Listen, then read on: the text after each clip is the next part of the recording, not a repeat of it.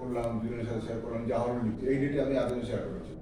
List বানিয়েছি কিনা, নতুন লিস্ট আমি লিস্ট করেছি কিনা, কয়জনকে লিখেছি লিস্টের মধ্যে, 10 হোক 11 হোক যাই হোক লিখবেন। ইনভাইট কয়জন করেছি, 3 জন 4 জন 6 জন ইনভাইট করেছি, সেখানে দিচ্ছেন।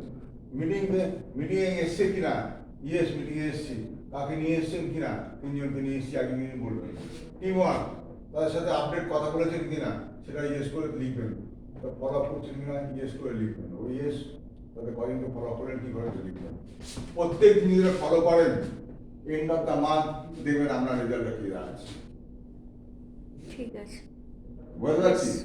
এটা আমি হচ্ছে কাল থেকেই করব। ডেইলি ওয়ার্ক, এটা ডেইলি করুন। নিজের কাজ নিজে বুঝুন, আমি কি করছি, তারপরে ট্রেনিং ফেনিং হারাতে না হবে। এটা খুব ইজি ব্যাপার, খুব ইজি।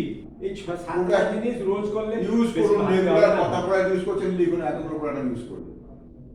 আপনি শেয়ার করা আমরা কাছে শেয়ার করেছেন কিনা, কথা বলেছেন কিনা, শেয়ার করার মধ্যে শেয়ার করাটাই এখানে ধরবেন, তাহলে বুঝে আমার পয়েন্ট উঠছে। বুঝলে সে লিখবেন।